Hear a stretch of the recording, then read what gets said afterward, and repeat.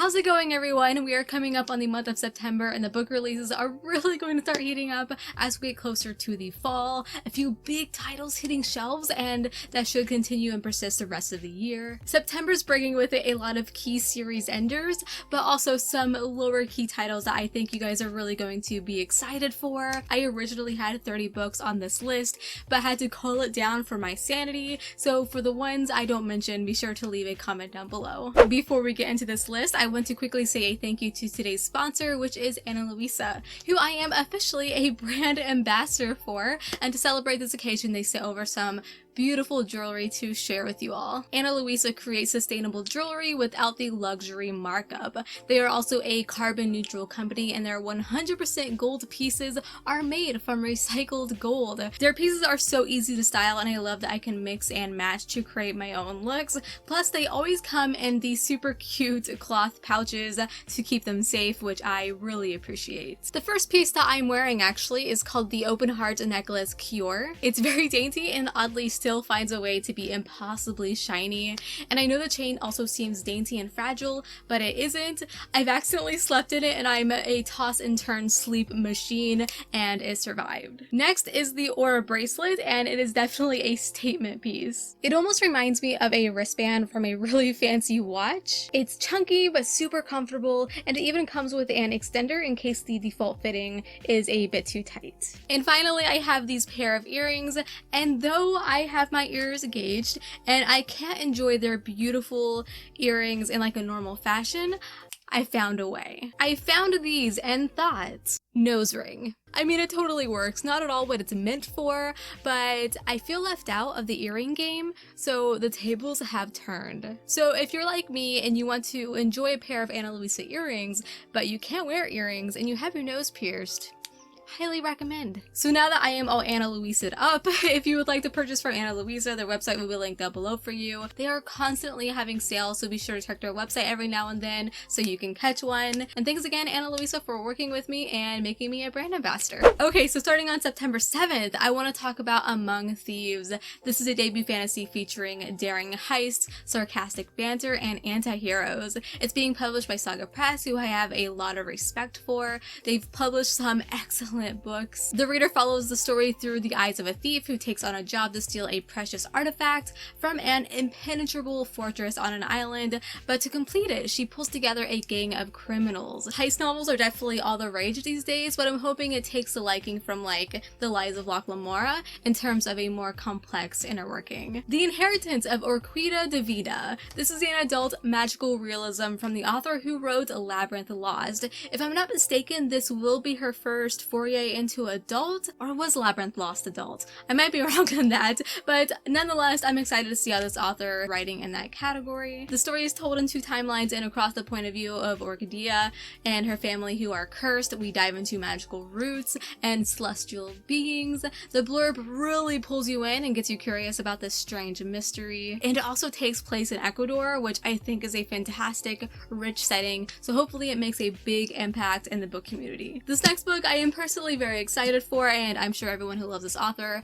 are too, and I can't believe I have a physical copy already, and that is The Wisdom of Crowds, the third and final book in the Age of Madness series, but the 10th book in the First Law universe. This series follows the children of the main characters from the original trilogy. Joe Abercrombie, in my opinion, has been very consistent in just pumping out amazing books every single year. He's technically written 3 finales to series, so he knows how to write them, and he knows how to write them well. I'm going to keep this one short because I will be reading this one and reviewing it very soon. It will not sit on my shelves unread for very long. And then we have White Smoke. This is marketed as The Haunting of Hill House meets Get Out in a YA thriller. The story follows Marigold and her family as they relocate their lives for an opportunity of a lifetime, but this new town has a lot of secrets. Probably very dark secrets. As someone who isn't the biggest fan of reading in a contemporary modern setting, I will definitely be giving this one a shot. I think it sounds like an important read. This author is raved about a lot, and I love me a beautiful cover with the promise of some horror elements, like a classic haunted house, which other than like creepy aliens who want to eat people, one of my favorite concepts. Okay, so make room for that TBR of yours because these next 2 dates I'll be talking about have a lot of releases. So on September 21st, we have Under the Whispering Door. This is the author who wrote The House in the Cerulean Sea, which got a ton of buzz last year. I myself absolutely adored it, especially because of how life was during the year of 2020. It was a great escape. So now we have this new standalone release, and with the look of this one, we have a definite whimsical theme and another queer, heartfelt sounding story. This story is the ultimate portrayal of death as it follows Wallace, who dies in the first chapter. He's met by the Reaper and then brings to him Hugo, who wants to help him cross over into the afterlife. He's given 1 week to do so. I expect this to be emotionally deep, so maybe buy some tissues along with it. And then I have The Body Scout. This is a sci-fi coming from Orbit Books. I do have a beautiful finished copy here to show you with a super bright yellow spine. I absolutely love it.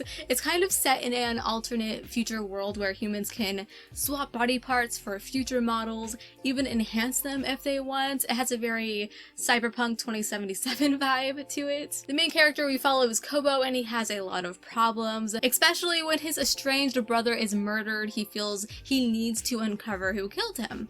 As you should. Let's hope the story inside can match the outside because it is a stunner. A Gutter Mage. For some reason, when I see the word noir mixed in fantasy, I get really excited, and that is exactly what Gutter Mage is promising to be. The first book in a series set in a world where magic fuels everything from street lamps to carriages. Our protagonist is known as a Gutter Mage who aren't exactly looked up to. She's tasked by a lord to find his missing son. Visually, the book is so cool looking, and hopefully we have a full plot here, full of mystery and delight, high risk and high reward. Be sure to look out for this one on September 21st. Next up is another book a lot of people are excited for, and that is Iron Widow. I mean, it's not even out yet, and it already has almost 1,000 ratings on Goodreads, so it is quite hyped. This is a YA fantasy that sounds like it has some mech elements to it involving fighting robots. It's the first book in a series, and it's being marketed as Pacific Rim meets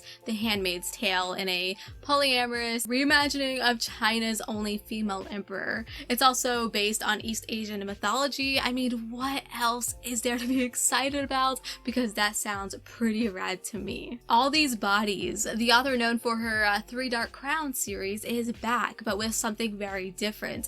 This is a YA mystery thriller set in the 50s in a small town that is shaken by a series of gruesome murders. In particular, murder is of special interest to the teenage son of the sheriff. This one sounds very gruesome and spooky, a perfect fall read in my opinion. It is also tagged under supernatural, so that has my interest piqued even more. Moving on to September 28th, I have Spirits of Vengeance. This is the third novel in the Immortal Technique series, though they can all be read as standalones. The first book is the critically acclaimed Never Die, a very loved book amongst the SFF community.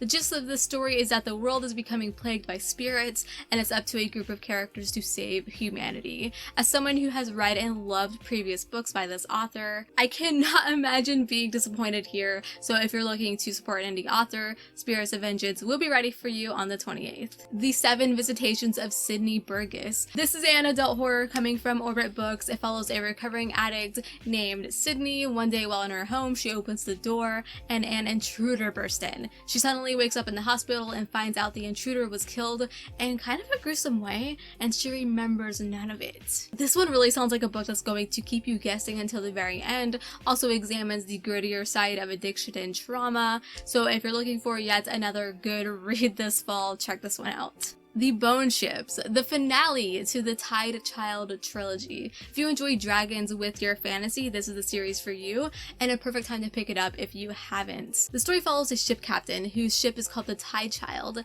and these black ships are crewed by the condemned whose lives are forfeit. This feels like one of those series that is really trying to push the envelope in fantasy and twist the dragon trope, and I absolutely love that. That's how stories as a whole are going to evolve. The setting here is fantastic, cover aesthetics are off the charts, so if you need a good binge in your life, check these out for sure. Summer Suns. This is being described as a gothic horror mystery. It really feels like a throwback to classic horror films. Like, it gives me Lost Boys vibes. It has nothing to do with vampires, but a group of boys, cars, southern environment, a murder mystery that isn't at all what it seems. So it is about death and how one deals with it. It sounds really good. It's getting very positive reviews so far, so it is hitting home to a lot of people. Beasts of Prey. This book really caught my eye because it mentions a magical night zoo. Like, whatever that is, I want it. This is a debut YA fantasy. It's an own voices, Pan-African inspired story following two teens on a wild jungle adventure. The presentation here is top notch. I really hope to see this one make its rounds here on the book community, and I'm highly interested in it. So maybe he'll get a review soon from me because I do have this one on my Kindle. And the final book dropping on the 28th is Light from Uncommon Stars. This one sounds really fascinating. It's a mixed genre blending fantasy and sci-fi and steeped in music. This one's coming from Tor, and a reviewer on Goodreads described this perfectly, as it's about a runaway trans girl who plays violin, the Queen of Hell looking to collect a soul, and space aliens who are hiding from war in a donut shop. Apparently it's lovely and sweet. It sounds all over the place to me, but I mean, I'm curious. A lot of people are highly anticipating it, and I can absolutely see why. Also, the cover is great, though I would have never guessed what it was about by cover alone. It just adds to the mystery of it all, I guess. So that is going to be it for my list of September book releases. A ton of great ones to keep you busy. Tell me in the comments which ones you are excited for the most, which ones will you be reading. Tell me your thoughts. Also, do not forget to check out Louisa. The website will be linked down below for you. Subscribe if you haven't already, because I do these lists every single month, so you don't want to miss them. Like this video if you enjoyed, and until we meet again, happy reading.